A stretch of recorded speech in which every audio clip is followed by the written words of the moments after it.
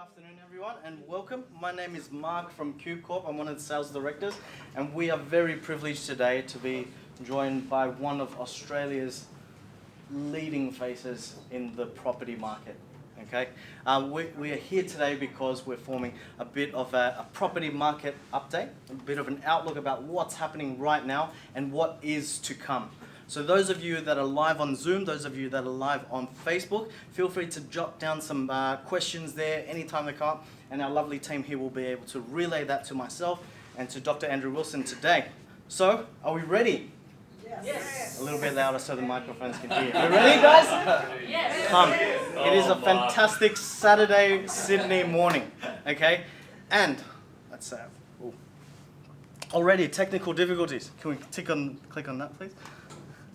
Beautiful. All right. So, this has been what's happening currently. Right now, if you're not in this office or you're not watching on a screen, you're probably out there seeing one of these guys in a suit. Okay? He's probably got a hammer, he's got a newspaper. An auction is likely happening. Can you click again? I'm going to keep clicking on this one. Okay. It's not just in Sydney. It's happening all over Australia. Lots of people crowding around houses trying to get a deal.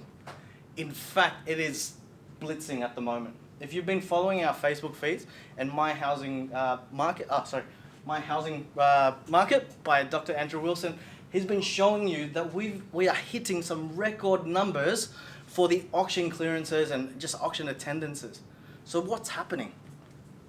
Okay, I want to introduce some real estate superstars. These guys, okay? Who are they? The auctioneers. They are killing it in this market right now. I'm not saying necessarily the agents. There's plenty of agents.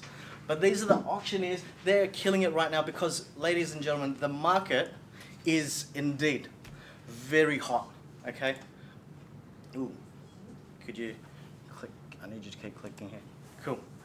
The market is really hot. It's not just the weather on a Saturday morning. The market is doing really well right now, and we can see that from what's happening with all of these auction results. Okay? So, the news has reported it. You may have seen this friendly face behind me, on the news, showing these record highs. In fact, in an all-time 24-year high happening in Sydney. There was one particular case where in Vaucluse, it's an 11-year record, okay? $38 million one of these houses went for in auction recently, okay? That was just last month. But what does this mean? It's going to lead to confusion. Why? Because the news is saying all this stuff is happening, but then we hear a lot of questions and we hear a lot of doubts. Should I be getting in house and land? Should I be getting off the plan? Should I even be getting in the market right now? Have we hit the bottom of the market? Okay. There's issues. There's lots of confusion about, should I buy off the plan or something existing? This is where a lot of that confusion can come to. So, questions like, should I believe in what's being said? The news says very interesting things. At the start of this time last year, one particular journalist from Channel 7, he quoted that we're going to experience 20 to 30% property prices false, going down. That same journalist in November last year, wrote the complete opposite. I think he just changed a few words. 20 to 30% increases. Yeah, okay, right. Same journalist. Yeah. Okay, Up. they're up, but there's one person who, regardless of what the news and the media have been saying and portraying, right, has gone above and stuck with his guns, okay, and he has shown that, his experience and his expertise in the market will allow us to keep calm, okay? Don't stress. I know purchasing property is investing or a first home buyer can be a very stressful time. You are investing hundreds of thousands, if not millions of dollars. In fact, the statistic is over 82% of Australians that purchase property only purchase once in their life. Okay? So, we've got a hero for you today who's going to dispel the confusion is me. No, I'm joking. It's not me. Don't oversell it. It's this lovely gentleman right next to me. Dr. Andrew Wilson. So, ladies and gentlemen, without further ado, please welcome the man.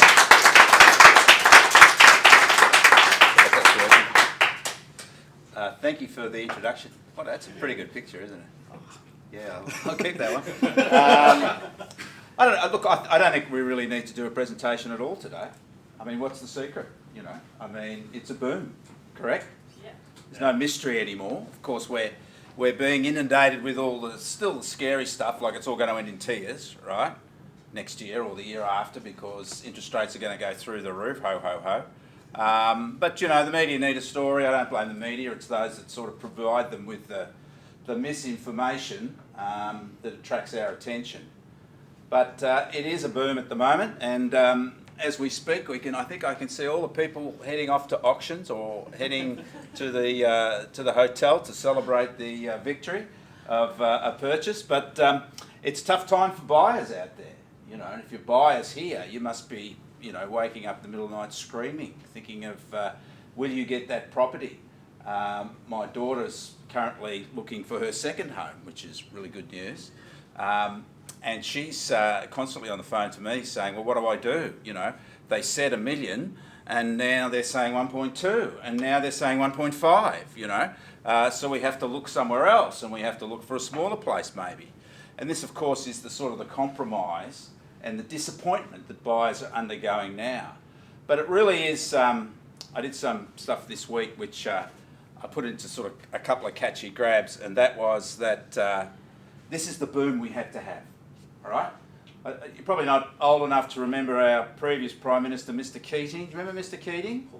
Yeah, and he is very famous for that quote, this was the recession we had to have, right?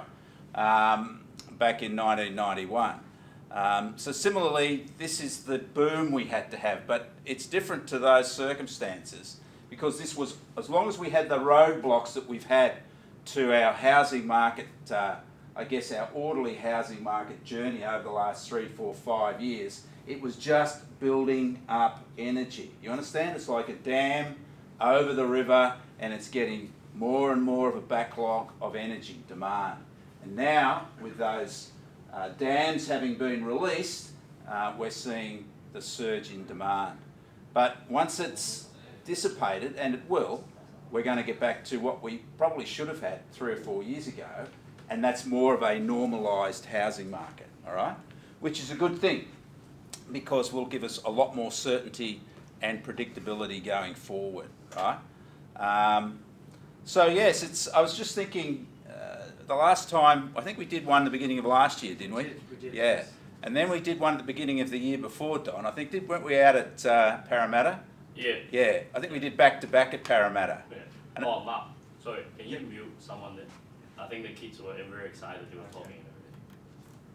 Oh, Yeah, I was just sort of deja vuing because we started each of the last 2 or 3 years doing a presentation, right? And if you remember back to the beginning of last year, or I think we did it in March last year when COVID started to hit, and if you remember back a year before that, it was the similar circumstances where people were saying, oh my God, prices are going to crash. As Mark mentioned, you know, there was a lot of media about where house prices were going to go. And every year, we've gone through that journey of, I guess, the fear factor and come out on the other side. Because once we got rid of the roadblocks, which were always short-term factors, we moved back to those underlying drivers of the housing market. And here we are now just catching up to where we should have been. So am I operating the... Good to go. Good to go? All right, so we'll go back. So that's who I am. So qualifications count for something, I think, all that hard work. You should ask for the others who comment in this space whether they have any qualifications. The answer would be no. So there they are for what they are. I guess that background helps. I've also been employed as a property economist for a number of years. My last senior role was as the chief economist for the Domain Group. My brand now is My Housing Market. I work as a consultant to a number of industry players. You know, I guess my focus is being as a rational voice in the housing market. You know, I don't really have any skin in the game in terms of trying to sell product. I'm about, I guess, enlightening us all to what's really happening in the housing market. So I am, I guess, what you might call a C-grade celebrity at some level. But as I've said, I think that my focus in the media is about the reality and the being a sort of a voice of reason. So where are we? I think we could just about see that picture from here. No? Yeah. Of course, we're in Sydney, right? You recognise that? You don't? Okay. Well, we are in Sydney. And of course, Sydney housing market is now booming, correct? Yes. Well, let's all leave, go out and go and buy a house, please. I don't have to explain it to you, it's obvious. But Sydney housing market is now booming, but I guess the questions are when and how will it end, all right? So that's what we really want to know, isn't it? We know where we are, but we want to know where we're going. So let's start where we always should start, and that's with the economy, all right? And interest rates. I notice interest rates, when we're talking about the economy and housing markets, we've always got to look at interest rates because we know they're a key factor in what happens in the housing market. Now, it's been interesting, of course, given that how different our economy is and how different our interest rate cycles have been, that we're still getting the same old conversation about, yeah, it's great, but what happens when interest rates rise, right? Now, we've had, I guess, a couple of weeks of speculation that rates were going to rise. And of course, I've been saying for literally years that the prospect of higher interest rates remain as distant as they've ever been. Do you know how long it's been since the last time we had an increase in interest rates? It's 11 years since the Reserve Bank increased interest rates. 11 years. And here we are now, further away than we've ever been to the next interest rate increase. And of course, interest rate increases are the jeopardy in the housing market, aren't they? Because there's something you can't control. Because up goes your mortgage rates, and you're thinking, oh, I've got to pay more for the mortgage. You've got to hope your income's covering that. And of course, that's the fear factor when you do buy property is, okay, it's great, but what happens when interest rates rise?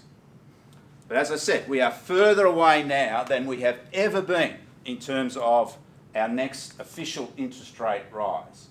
And thankfully, probably due to circumstances beyond his control, the Reserve Bank governor is confirming that.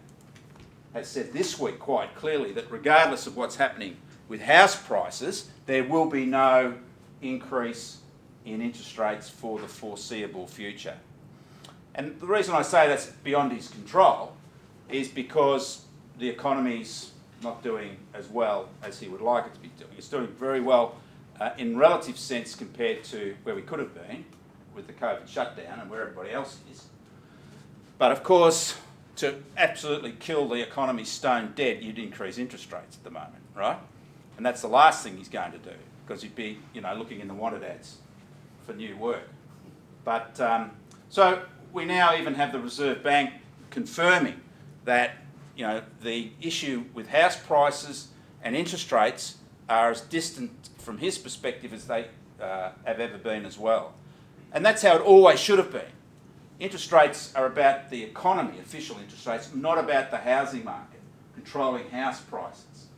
The Reserve Bank got into trouble trying to control the housing market in 2014-15, 16-17, and we've, in a sense, have paid the price for that because that's what one of the creations of the backlog in demand was from regulators putting up interest rates to try to control the housing market. Didn't work.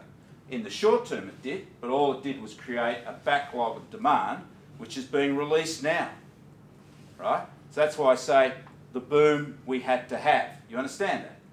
Because we've created these false roadblocks to our housing markets, particularly through the intervention of our regulators by putting up interest rates that have backed off the market, and now we're not in that position of doing that anymore. It's releasing all the demand that has been sitting and waiting.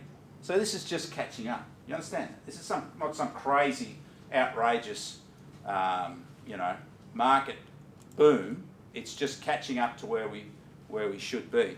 So interest rates, this is a very special time in terms of our housing markets because we've always had that, I guess, conversation about, yeah, it's great, but what if interest rates rise?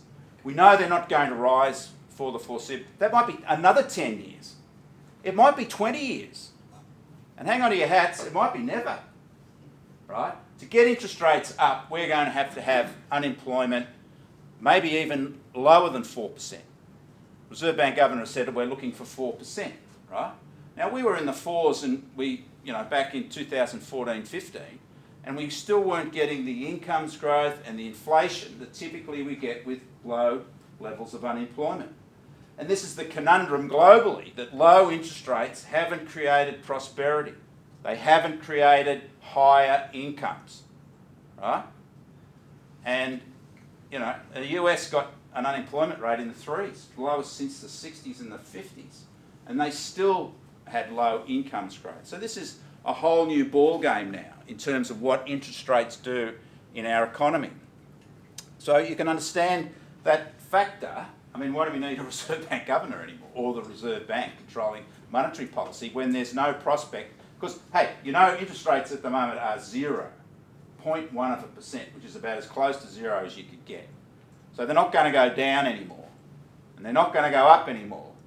So we can sort of put a big cross over that and forget about interest rates in terms of property, which is a great thing, right? Because we aren't a hostage to that higher interest rate jeopardy pushing prices down, or the release of interest rates, which create an artificial boom and push up prices strongly over the shorter term.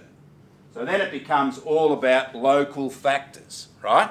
And local factors are how many buildings we're building and how many people want to live in our city or in our suburb, all right? And that's a more reliable measure of what will happen in our housing markets, right? And that's what we're seeing now.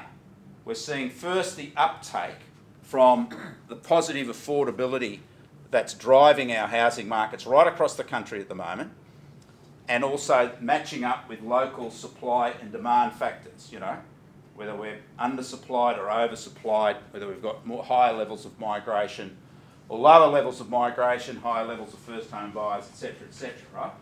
So all those factors are working together. So this is a seminal point in the history of our housing markets. Big statement, right? And when this ends, and it will end this year, right? Bold prediction. But my predictions, I think, this year, or in regards to the current market, are as reliable as they've ever been, because I don't have to worry about interest rates, right? And that's usually the jeopardy in terms of our housing markets. And for investors particularly, that longer term surety and positiveness about where our housing markets are going is a good thing. Because again, you can plan forward with your investment decisions without being a hostage to higher interest rates or being seduced by a short-term boom in prices. You understand that? And yet our yields now in residential investment are at record levels compared to where comparable asset returns are. How much do you get if you put your money in the bank as a deposit? You get anything? Are they still giving you something? That's the question. Is there still deposits, interest rates? Yeah, well, I think it's 0.2% at the moment. So the question is asked, why put your money in the bank? And yet yields, even in the Sydney market, which has lower yields because its asset values are higher, you still get yields over 3%, gross yields 3 to 4%, right? People once upon a time say, oh, that's terrible, 3 to 4%. Well, incomes growth is 1.4% at the moment. That's how much wages are growing on average per annum, right? So you need to readjust your view on what is a good return, okay? And of course, property, as we'll see, is becoming a scarce resource. So the interest rate equation is now 0 equals 0, right? And it is that. And there can be no argument with this. I mean, the media have tried to run, some so-called experts looking for cheap headlines, have tried to run the scare campaign over the last couple of weeks. Have you seen that? They've used various bits and pieces to say, oh, the Reserve Bank will have to step in to control this terrible housing market boom. And thankfully the Reserve Bank stated this week, no, we're not going to step in. There might be other factors we'll look at, but it's all about responsible lending from the banks. We don't have to worry about that, because the banks do everything but responsible lending. I mean, they do everything but irresponsible lending, because why would they? The secret to the Australian housing market through the cycles is that we have such a strong banking sector. People try to compare us with other countries' housing market environments, but they shouldn't, because it's completely different. We have 4 banks. 4 banks. That's where all our mortgage finance is originated from. 4 banks. And they have obviously considerable market power, which means they don't have to take risks. They will make profits regardless. They don't have to start competing by offering higher LVRs or letting you repay more of your income to get more. Because we do that, wouldn't we? We want to buy the house. Yeah, come on, give me a little bit more, Mr. Bank Manager. All right? I can afford to repay a higher percentage of my income in this loan. Well, banks don't do that. They keep those fences rigid around their lending policies. And the Reserve Bank has rightly said that they will still be keeping an eye on it to make sure that continues to happen. At the moment, we have record levels of lending. Some banks are reporting they can't keep up with the demand. You have to come back next week. I can't see you, sorry. I mean, isn't that the perfect business? Where you've got so many customers, you can't service them, and that's what's happening now. All right?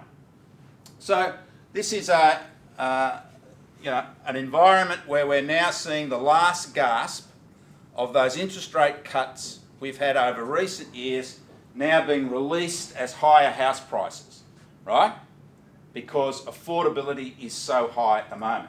But affordability is not going to be affected by higher interest rates. In other words, making property less affordable. It will be affected by higher prices, all right? Because prices are going to rise to the point where you can't afford to buy that property. You understand that? Because you can't go to the bank and say, come on, give me an extra 50 grand. Okay, I'll give you 50 grand. How much, you earning an extra 10% this year to cover that? No, sorry mate. Can you give us an interest rate cut? No, we're at the bottom in terms of interest rate changes. So affordability will be dragged down to where it should be by higher house prices. And that's what we're doing now. We're catching up to where affordability should be. Do you understand that? This is not rocket science. It is to a lot in the media. But to normal people, I don't mean that, it's not rocket science. So interest rates generate house price growth. We know that. Higher rates, lower prices.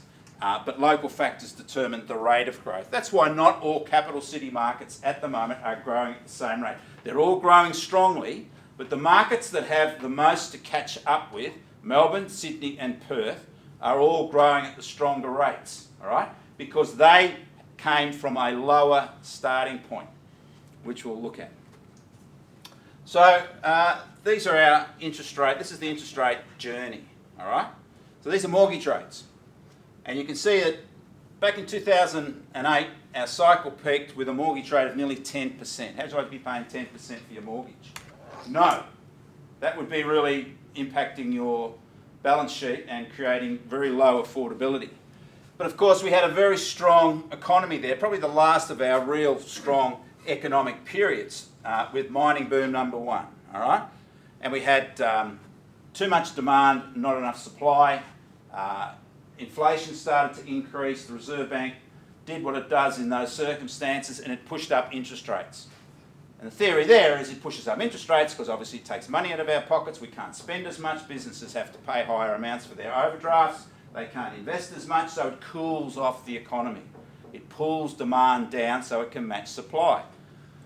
But as usually happens in life, something happens. Am I allowed to say shit happens? Yeah. Okay. So we got the GFC came along, right, in 2009. So the GFC was a global financial crisis, and we had a significant downturn in our economy.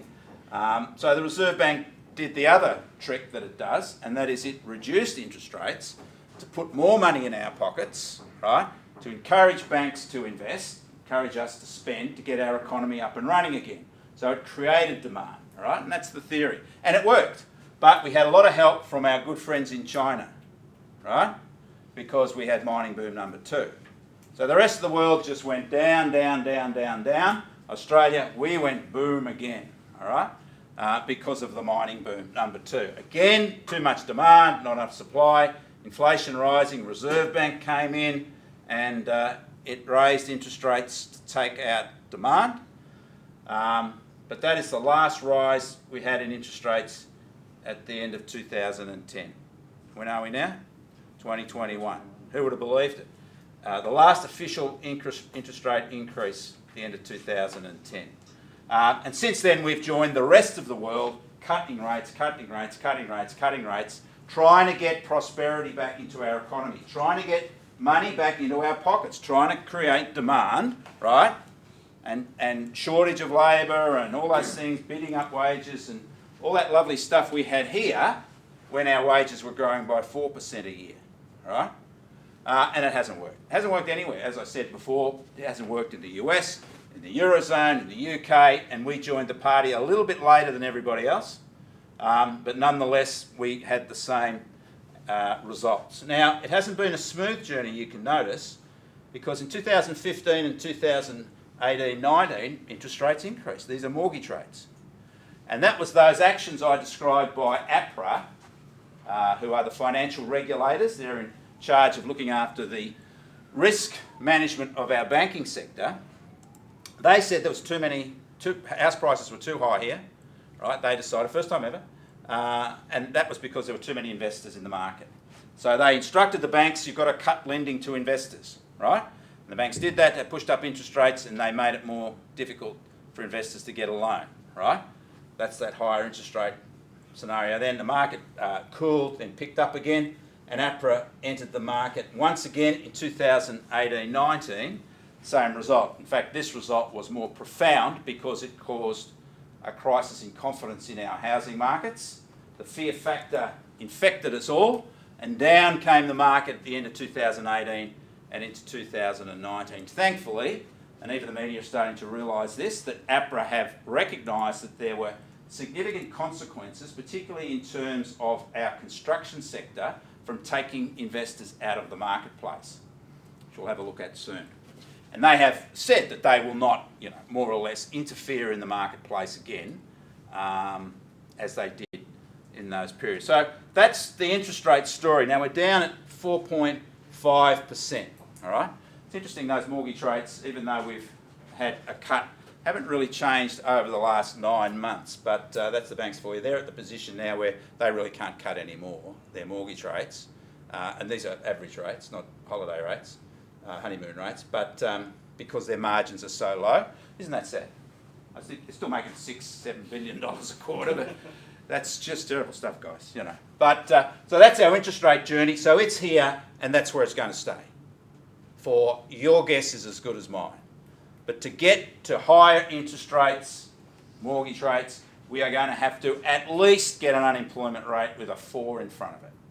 And even then, there's no guarantees that that we'll start to get the energy in the economy that will need to be cooled down by higher interest rates. So house prices. These are Sydney prices. So we can see, of course, when those interest rates cuts started to kick in, how strongly we had house price growth in Sydney, right? You can see that when interest rates fell, higher house prices, higher interest rates, lower house prices, right? Higher interest rates, lower house. You get it? So the relationship's clear. We all know that. That's what is a key driver of affordability.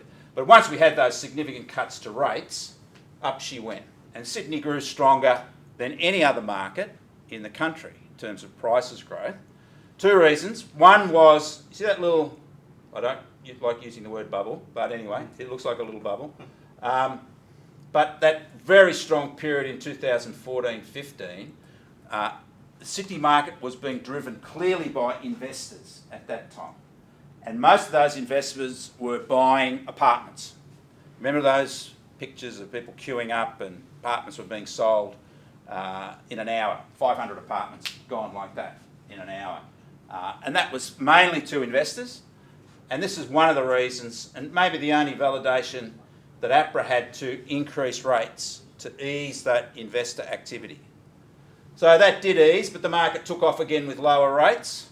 And as I said, once we had those higher rates here in Sydney, down came the market sharply.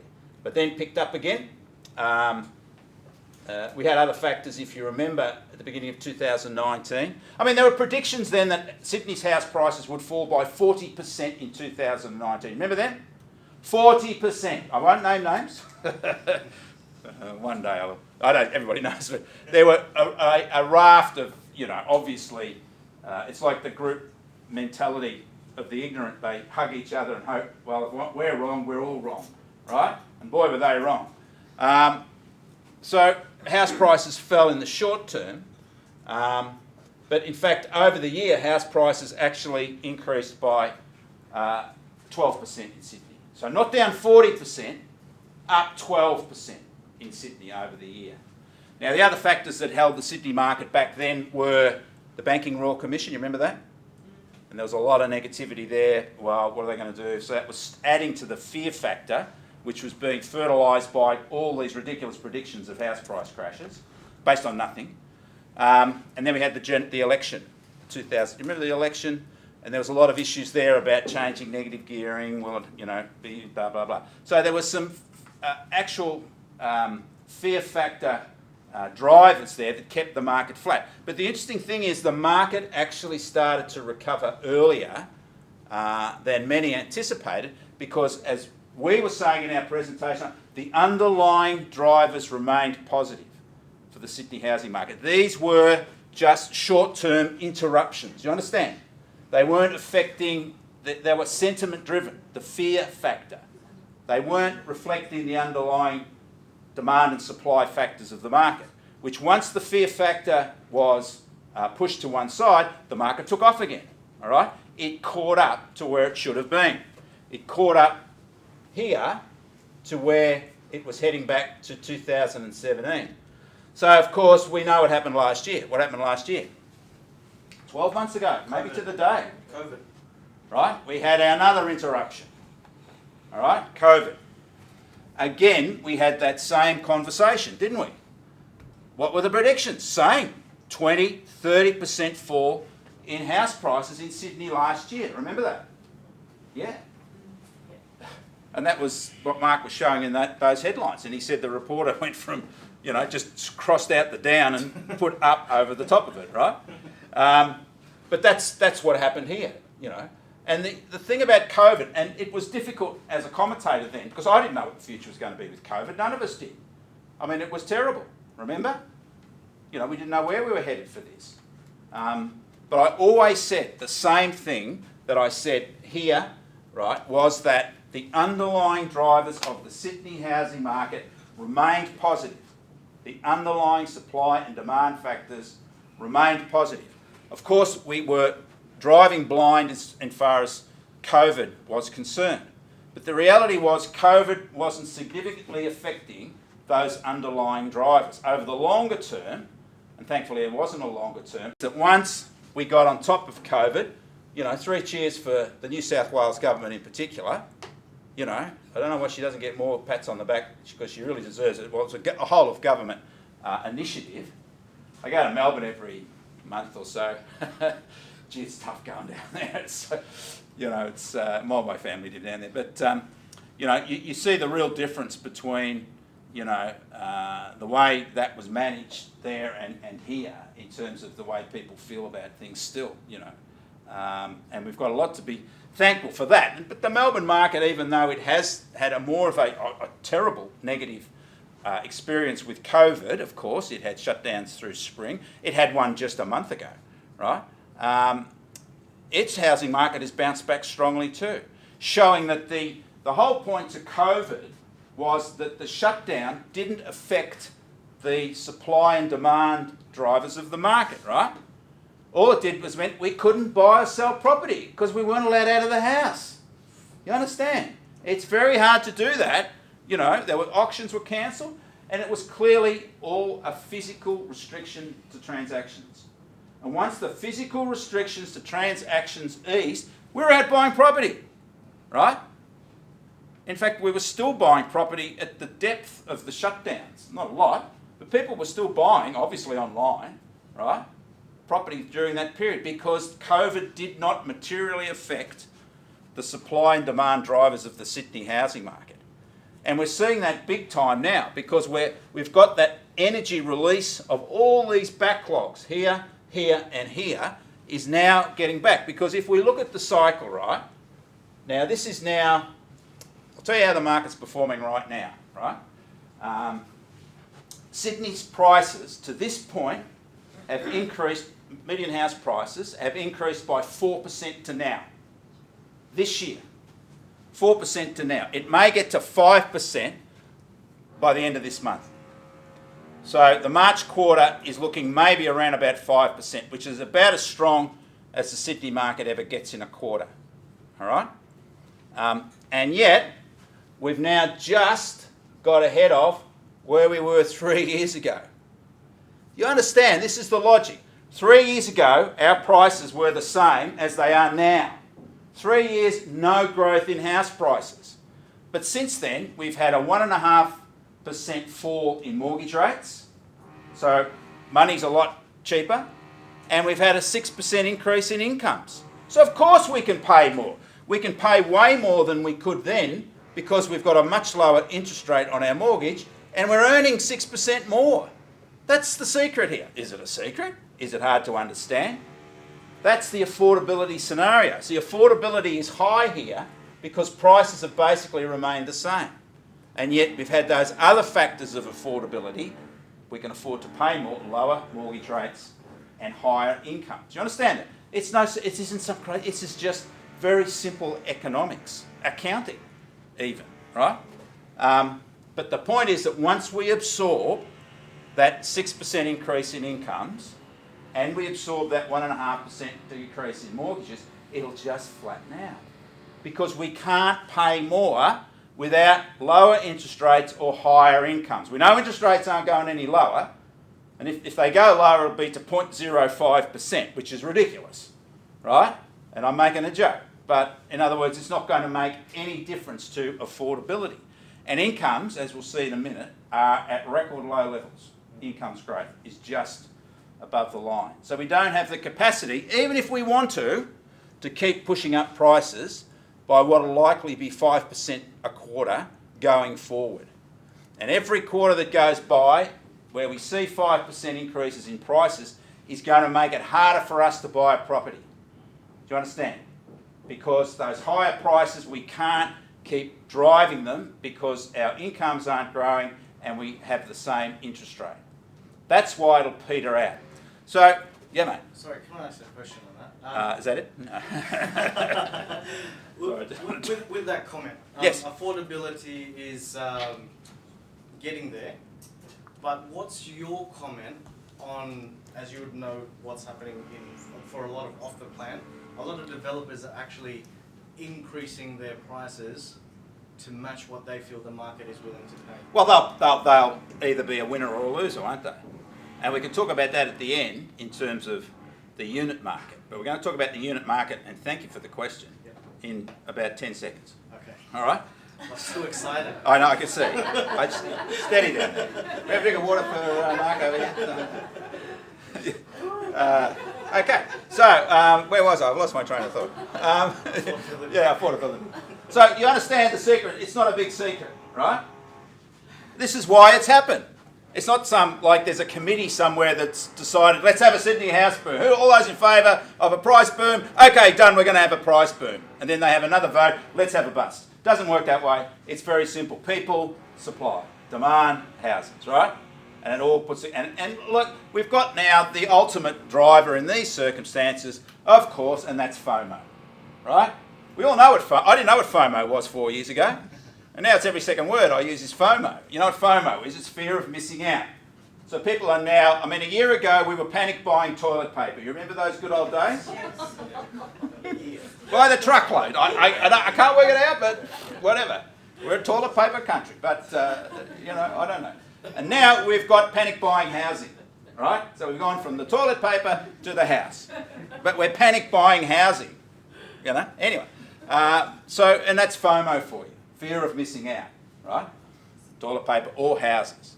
But this is a sentiment-driven acceleration of, those animal spirits that have been released. But they can't override the basic fundamentals of supply and demand, right? Because once you get, because our banks, and as I said, they're the key, because the banks are not going to lend you more. And we know that because the Reserve Bank has said we're watching you guys, to the banks, which is a really good thing. Because we don't want people going out and borrowing 100% of the value of the property or repaying 75% of their income in a mortgage rate. And that's what happens in the US, or it did, and caused their shutdown in their housing markets prior to the GFC. So you can see we don't compare one with the other. So it's a long-winded explanation into the market dynamics of the housing market, right? But you can see this lovely roller coaster sort of thing happening here. In the future, it's going to be very boring. And that's when I retire, right? Because there'll be nothing to say. Because we know where prices are going, another 3% this year, another 4% this year, another 3%, right? And won't that be great if you're an investor? Because you just say, well, that's it, you know, blah, blah, blah. My portfolio is secure. It's becoming like, you know, a different asset class, because it's not this sort of crazy stuff happening, right, to affect our decision making. So we know that that's going to peter out now. That'll start to flatten. I mean, this is where we've done our last couple of presentations here and here, which is a very tough gig, because I'd be saying, look, folks, the underlying supply and demand drivers of the Sydney housing market are positive. They go, oh, mate, you're crazy. What are you on, right? And of course, look what's happened. I'm not saying it's just about those impediments weren't materially exposing our housing market. And the other thing which is interesting too, which I've always said, is we should never get too worried about labour market issues when we're talking about the housing market. Everybody said, oh, if we get high unemployment, that's the end of the housing market. Well, that's not true. In fact, in periods of higher unemployment, we've actually had higher house prices, right? Because usually in those circumstances, right, the Reserve Bank steps in and cuts rates, which pushes up, drops affordability. So, I mean, the worst unemployment we've had was during that recession of 1991. Unemployment rates got up to nationally 11%, and yet house prices kept growing. And there are a lot of forecasts, you know, another forecasts again during COVID last year that we were going to get at least 10% unemployment by the end of last year, remember?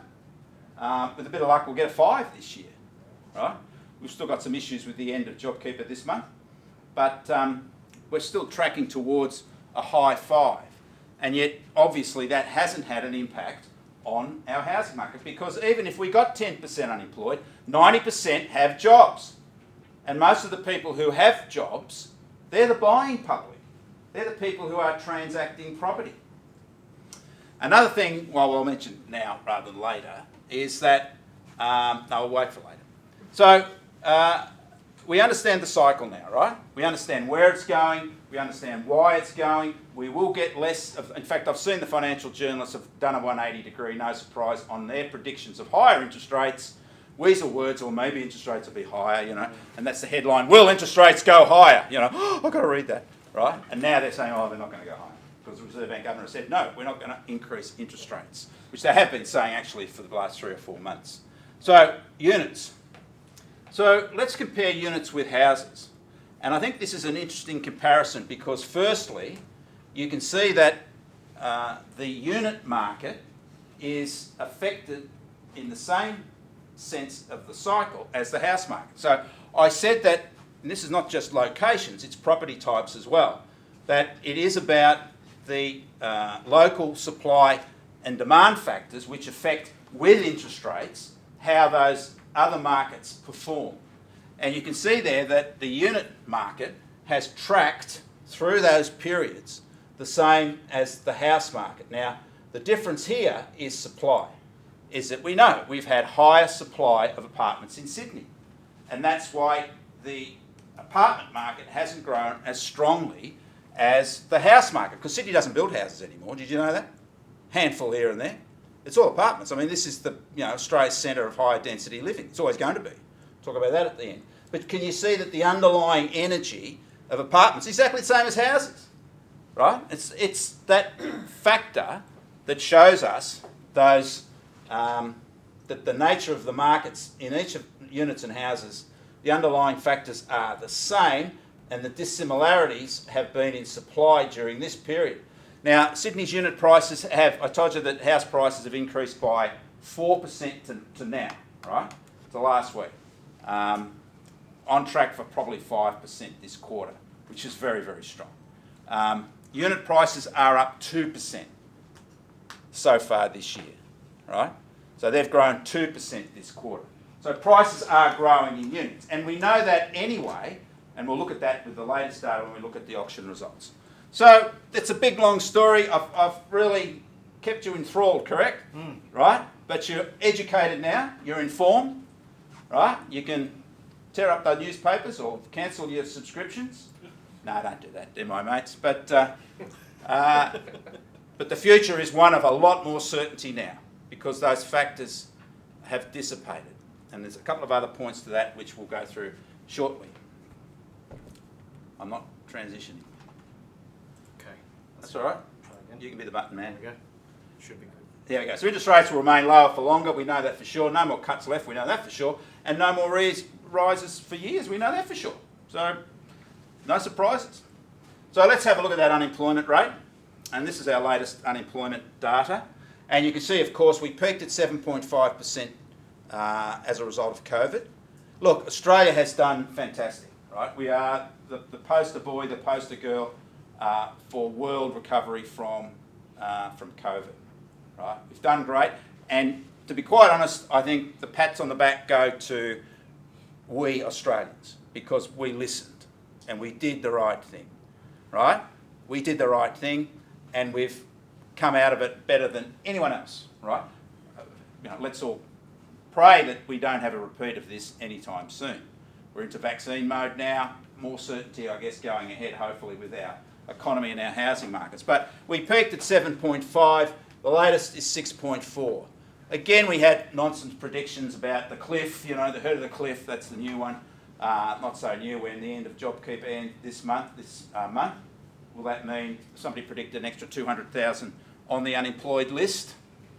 I think we'll continue to see that remarkable generation of jobs that we've had since the shutdowns finished last autumn. Now, the point I'm trying to make here, again, with interest rates is even in the good times before COVID, we're at 5.2. We've got to get back to 4 or 3 before we even start thinking about higher interest rates. And we've got to go back so far, I'd have to go back to the other room to get to where we were in a 3, right? So my point is that unemployment that cycle tells us that we're a long, long, long, long way from higher interest rates. Ignore all the stories. I think now they're just losing at last, their credibility. But we've done great. But unemployment, as I said, is not really, except for short-term fear factor, it's not really a material driver of our housing markets. All right? So wages are the other point I've discussed. As I mentioned to you, wages growth 1.4%. Now, there's a lot of COVID involved in that very low number. But even before that, we're at 2.2, which was just about a record low, which was 2 back here, right? But these are the good days when it was 4%. And that's what we need, 4%, right, 3.5% to get inflation rising again. We are so far away from that now, again. So we have to get that rising, and that's only going to rise when there's so much competition for labour that employers have to bid up wages because they're short of workers, right? Because that's what happened here, and of course that's when we had the Reserve Bank stepping in with higher rates. And that was the last time we had an increase in interest rates. See? And that's when we had that. So we got to head for that sort of wages growth, which is basically 3 times what we're doing at the moment. That'd be lovely, wouldn't it? Would you like a wage rise by 300%? Yes, it's not going to happen. My point is only being, let's put the interest rate bogey to rest. It's dead and buried. So don't think that that's the jeopardy going forward. I know I've overdone it, but it's years and years of having said this, and finally it can be validated, I guess, officially. Recession. Was it really a recession? Do you remember we had a recession? Yeah, last year. Yeah. Third quarter. Sort of came and went. It was all over. Forget it, right? And that was a good, scary headline. Again, it didn't affect our housing market dynamic, which was released after shutdown ended. Recession, what recession? Now over, growth is reviving, and Sydney is the leading economy. What else is new? And it has been pre-COVID. So this is our GDP. Now, of course, this was the June quarter, which was, COVID, and that was a shocker. A record drop in growth, economic growth, down 7%. But you think about it, we only fell by 0.3% in the March quarter. So that was sort of almost flat. So the recession, which is supposed to be 2 consecutive quarters of negative growth, yes, we had that, but one of them was 0.3%, for goodness sake. So really, okay, officially a recession, but it was just one big, falling through the floor in one quarter. And since then, we've just about recovered everything we lost in June, right? So it's like, again, these are black swan events. We don't look at them and analyse them in terms of being some significant structural problem for our economy and our housing markets. They just come out of the blue and then they're gone because Australians adapt and adopt and move on, and hopefully stronger than ever. So, and other factors, of course, show us how we're performing, how our economy's recovered. Our share market's just about back to where it was pre-COVID. And that, of course, is a reflection. And look how sharp our share market fell during the peak of the shutdown. But again, this reflects local investor sentiment. People are buying shares again. The Oz is rising. All right. And of course, this is quite spectacular. This is the dollar, which has gone through the roof, more or less. It's quite interesting. So our dollar is now at 3-year highs. This is the highest our dollar has been for 3 years. Now this is international to some degree. The US dollar's been weakish, but to some degree this does reflect international's interest in the Australian economy. It's not just the dollar coming in because our interest rates are higher than everywhere else, which was the case 3 or 4 years ago. It's now about attracting international investors because of the strength of our economy. Now, the poor old Reserve Bank governor, and this isn't a session to bag him, which we've done a few bits, but anyway, you get the big money, you've got to, earn it. So way back here, the Reserve Bank governor said that they were going to engage with some monetary policy initiatives, quantitative easing, and or accelerate those policies. And one of the reasons the Reserve Bank governor gave for doing that was because he wanted the dollar to fall, right? And since then, the dollar's gone through the roof.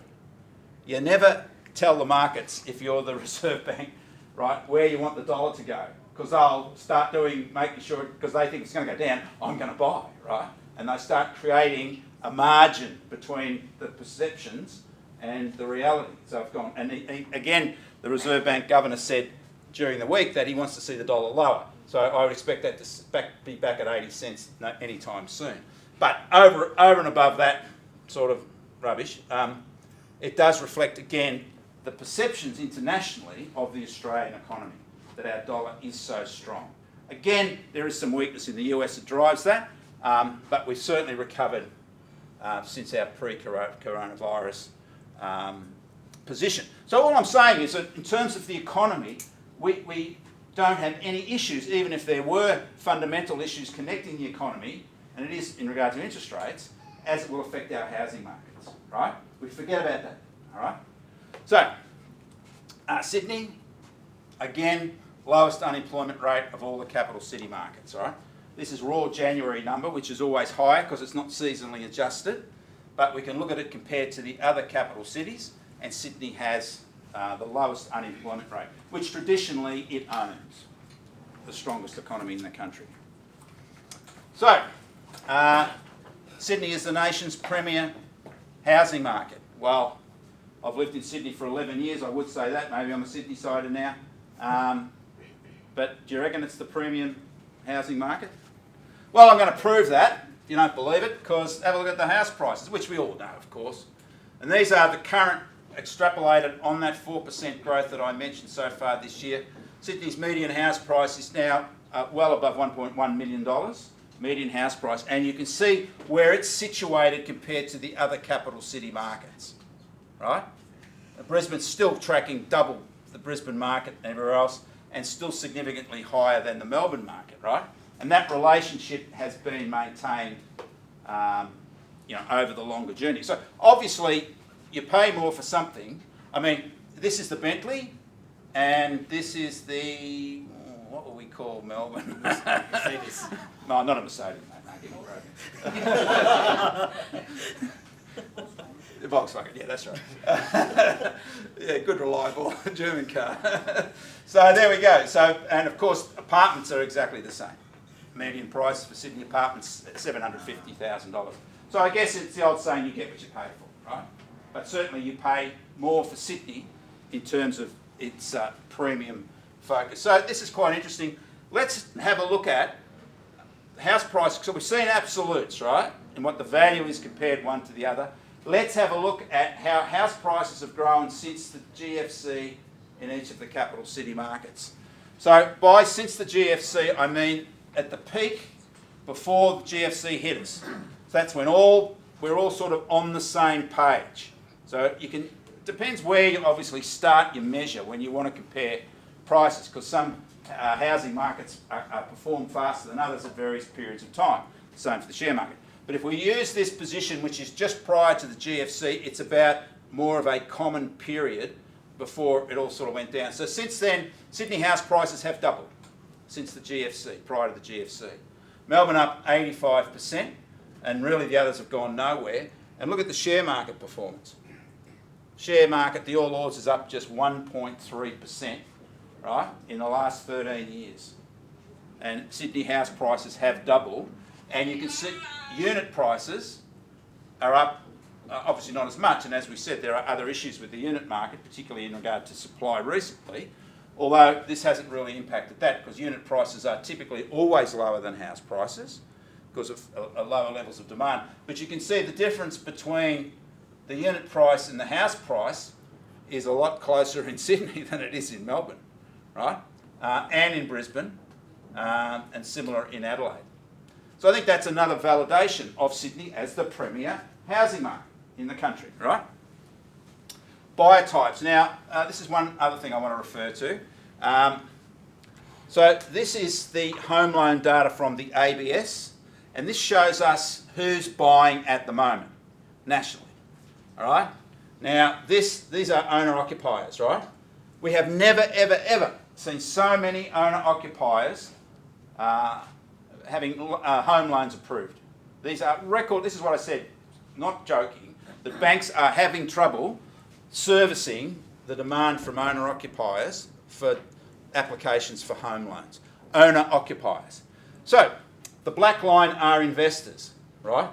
That's a very sad story, because these are the implications for those restrictions that started here on investor activity, again here, and you can see how that has crushed investor activity in our housing markets. It's because it was a credit squeeze, because there's been a cultural shift in banks in terms of their attitude towards lending to investors, which was exacerbated by the APRA actions and then by the Banking Royal Commission.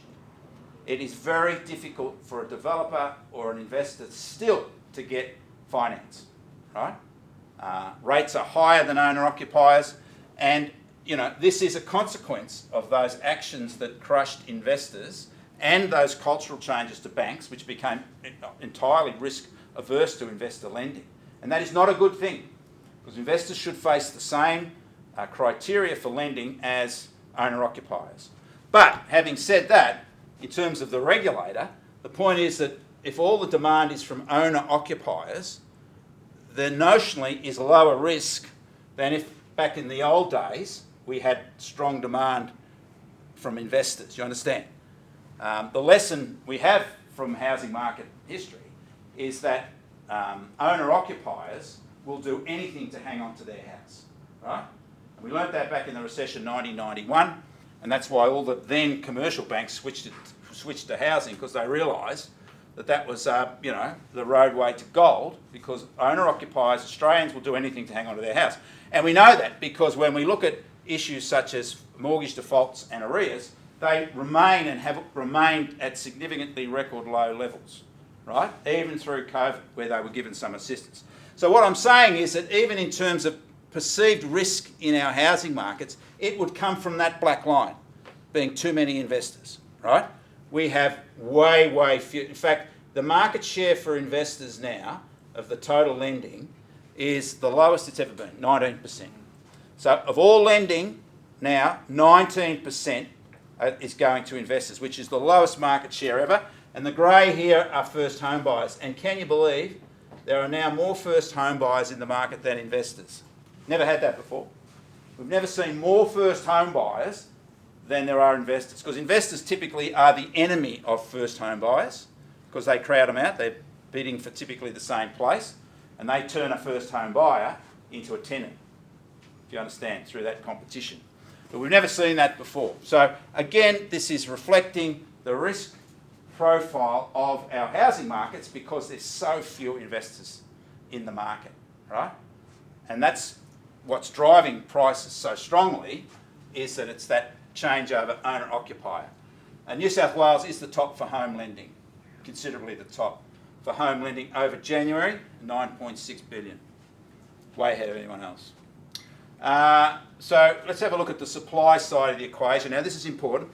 We're sort of getting to the end of this, I think. You're relieved? Yeah, no. So I said about the supply scenario. So this is the supply into Sydney, right, of, these are building approvals, right, from ABS. And you can see the peak back in 2017, 42,000 units approved in 2017. We're now under 20,000 units last year. Houses, like I said, we're just sort of bumbling along. Even with the home builder initiative, right, the $25,000 deposit, we've only just really jumped up a little bit in terms of new house building in Sydney. And that's because we don't have anywhere to offer people who want to build a typical outer suburban house. There's nowhere to go. Camden, Goulburn, right? That's about it. And so Sydney's a high density destination. And this is the point here, even though now we have peak supply now easing, there's nothing coming in behind. We're stopping. We are down 94.2% in number of properties approved since 2016.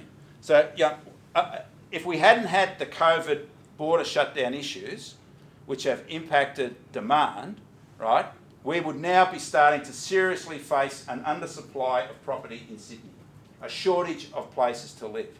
And this is quite a serious problem because and that's because of those interferences in investor activity, which drag this down, right?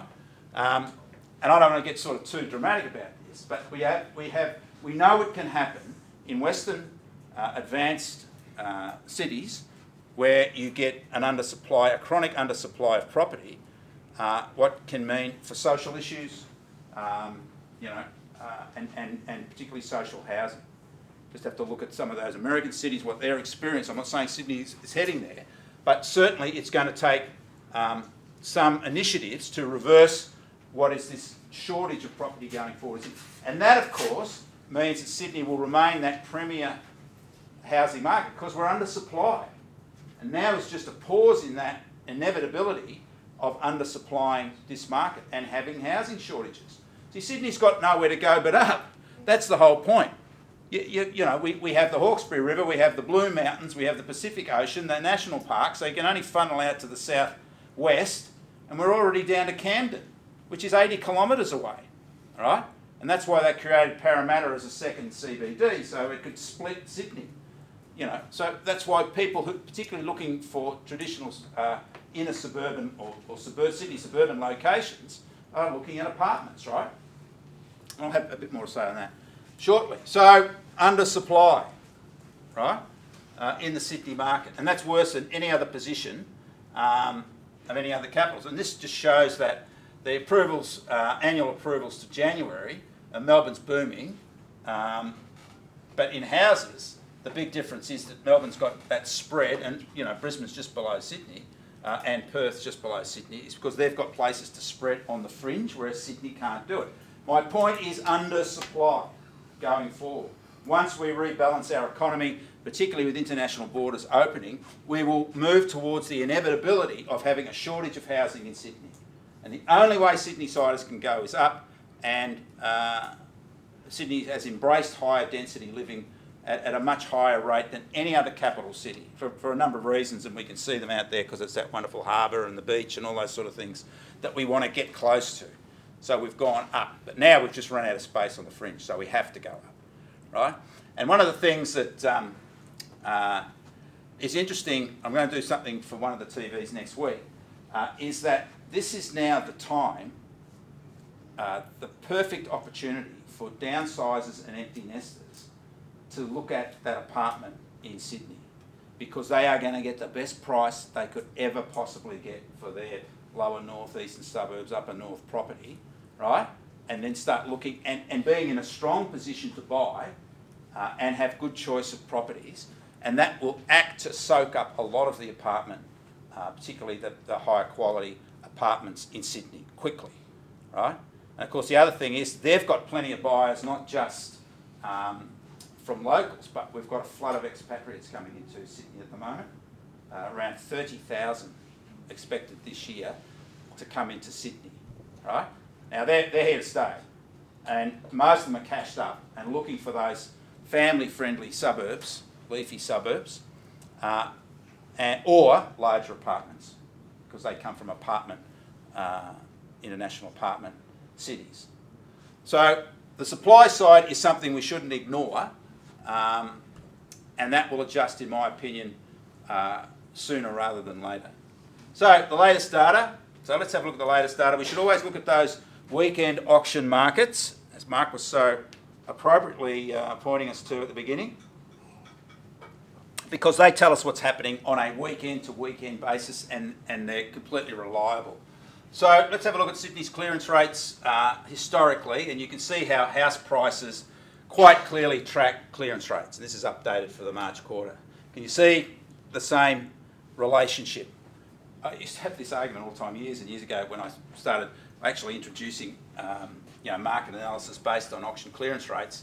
It was always this sort of negative element that people would say, no, it has nothing to do with the housing market. Hello? You quite clearly see how those very strong clearance rates that we've had in Sydney, in fact record clearance rates, and we're now getting record house price growth. It's quite logical, obviously. So let's have a look at the recent trend in our auction clearance rates. It's telling us that story. We can see last weekend 86.8% clearance rate. Now, at the beginning of the year, I would have been like, oh wow, that is just about a record. But I'm looking at that going, oh yeah, ho ho. Because the weekend before we had 90%, which was the highest clearance rate the Sydney market has ever recorded. 90% clearance rate. Quite extraordinary. And we're sort of tracking around about an 88% clearance rate average in that period. So you'll never get 100% because, well, I shouldn't say that, but because vendors are going to be there, nah, I don't give a how much it be. I want more, pass it in, right? And that'll be it because, that's the greed factor. And vendors are in this great position now where they can say, no, you keep fighting, I want more. And they might start thinking, I'm going to wait till spring. I'll get even more. So anyway, clearance rates we can see, and we're now, this is last year's dip, COVID dip, right? And obviously we're going to be significantly higher going through this period. And you can see how the market did recover, and auction clearance rates told us that recovery story. And look how quickly it recovered after the shutdown. Once the volume of product came into the market, people were buying it, right? COVID was just a distraction, in a sense, to our housing markets in the short term. It was a physical constraint to transactions. Now these are clearance rates of houses versus units so far this year. Again, this is validating how similar the buying demand for units and houses is. Obviously not as high as houses, but these are very strong results nonetheless when we look at units, which are just below the house clearance rates, but very, very strong as well each weekend. So as I said, Sydney are an upper high density market. So these are the monthly results in terms of our clearance rates, and these are for all properties, houses and units. You can see inner suburban locations, and no surprise, are doing the best, as they usually do. But you can see these clearance rates tracking above 90% or in the high 80s in all the centres, all Sydney's regional centres. And this is the point to the market at the moment. It's not just strong in every capital city, not all at the same level, but we can describe it as strong in each capital city market, you know, ultra strong in Sydney. But it's also strong through all the regions. So capital cities, buyer types, property types, regions are all experiencing strong demand at the moment across the board, with few exceptions. This is the unit clearance rates over the month of February. And you can see unit clearance rates, again, high, particularly in these inner suburban locations where you have higher numbers. Obviously, the ones with the smaller numbers, their clearance rates are more volatile because there's smaller observations. But where you get the higher volumes of units being sold, the clearance rates are very, very strong. And last weekend's results, as I said, 86.8%. But you can see these results in all the capital cities are very strong. Adelaide, 97% clearance rate.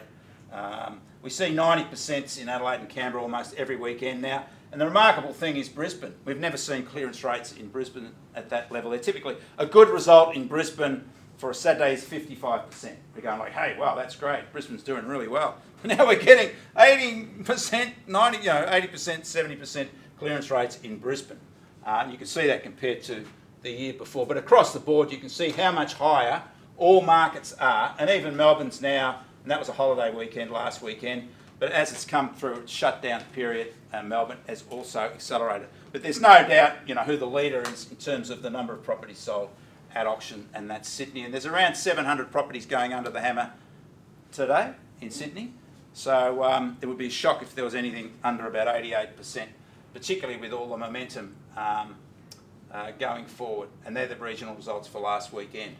So new listings, I also track new listings. We'll just roughly go through this. No surprise that new listings, and these are newly listed properties nationally, are higher than where they were a year ago at the same time. Of course, that'll climb now with the COVID issues coming in. But there are 16% more listings nationally in the market, new market now, new listings in the market compared to a year ago. We can see there that Melbourne has the highest number last week of new listings. They're tracking around about 20% more new listings than Sydney. Total listings, this is stock on market. We can see Melbourne has the highest number of properties stock on market. Sydney units and houses and units are quite similar in terms of the number of properties that are listed for sale currently, but certainly Melbourne has more overall. Newly reported sales. So these are newly reported sales in Sydney on a weekly basis. And we can see that newly reported sales are around about 20% higher compared to the same time last year. So new sales and new listings, it shows the market has lifted, both in terms of vendors, sellers coming into the market, and the number of sales that are occurring. We can see that Sydney's ahead of Melbourne. Last week was a holiday weekend, no surprise, similar, but last week they were down by around about 20% of new sales compared to new sales in Sydney. So summary. All right, glass of water first. All right, so Sydney is in catch-up mode. We all know that. I'm going to start asking questions in a minute, so be ready to answer them.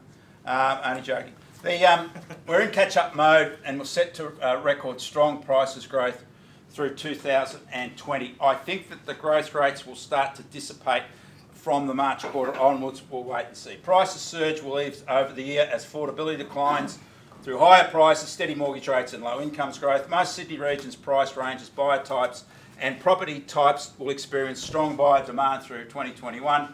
The Sydney market is clearly driven by owner-occupiers and first home buyers, with investors, although rising, remaining at record low market share levels. The medium-term outlook is for steadier, more reliable prices growth, with no prospect of higher interest rates in the foreseeable future. A chronically undersupplied Sydney market will continue to embrace higher density living, fuelled increasingly by empty nesters, downsizers and first home buyers seeking highly serviced, and this is the key, highly serviced, high levels of infrastructure in suburban locations. And that's, as prices rise, means that the we've made the case for apartment demand, we'll start to look at locations which are serviced by that but don't have the high price tags that you have, in the eastern suburbs and the lower north. And that means, areas such as the hills and, of course, the Shire, the Sydney South, which still represent good value opportunities and within reasonable proximity to the city. So these are my brave forecasts for the year, 10%. So you think about people go, 10%, are you crazy? No, I'm not crazy. Saying that for a while. Well, some people say I am, but that's all right. But 10% Sydney, Melbourne. But remember, that will only bring us back to being 10% higher than where we were 3 years ago. And I think 10% prices growth is completely rational given we've had incomes growth and mortgage falls in that period. We could go higher because of that factor. But we are not overreaching this market at the moment. Do you understand that? It's not a crazy runaway housing market. It's just catching up to where it should be. And that's 10%. As I said, these things are always problematic, but I think that's a rational result, that 5%, which I think we'll get this quarter.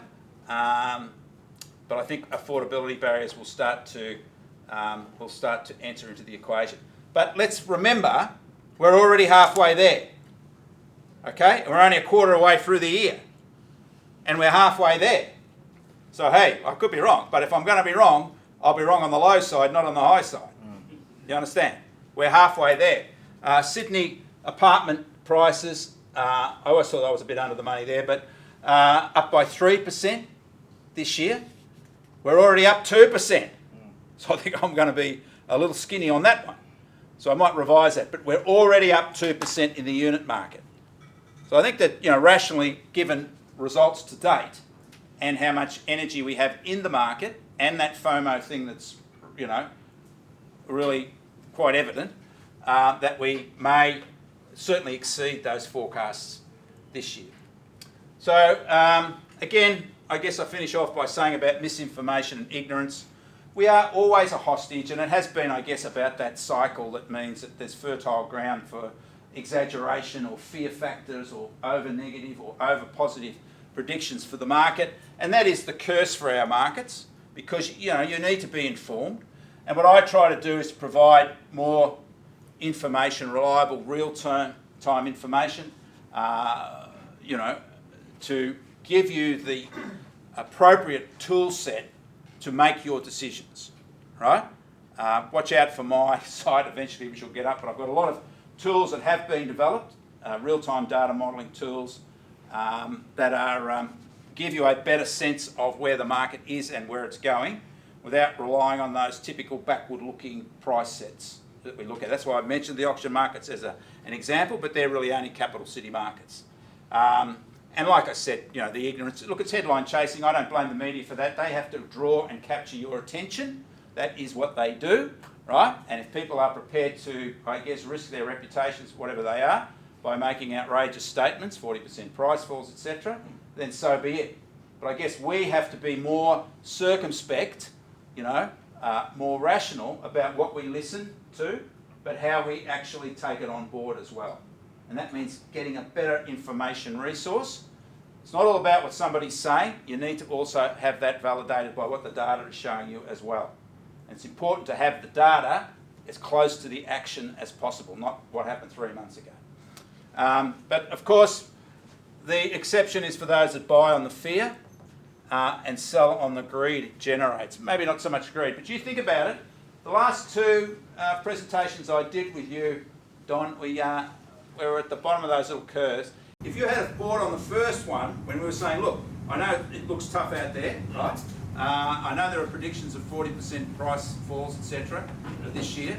But if you had bought then, 2 years ago, by the end of this year, your property value is likely to be 25% higher, 25% higher than what it was there, right? Okay. So, buy on the fear, right? So, all right, well, there's our beautiful Sydney. So we'll finish on a high note. and it looks like the same sort of day we have today. All right, I can hear that sold going out there now. Yeah, are we all done? Yes. So booming house prices will ease over 2021, but steady, reliable prices growth will continue. So thank you very much for your attention. Not sure how long that went for.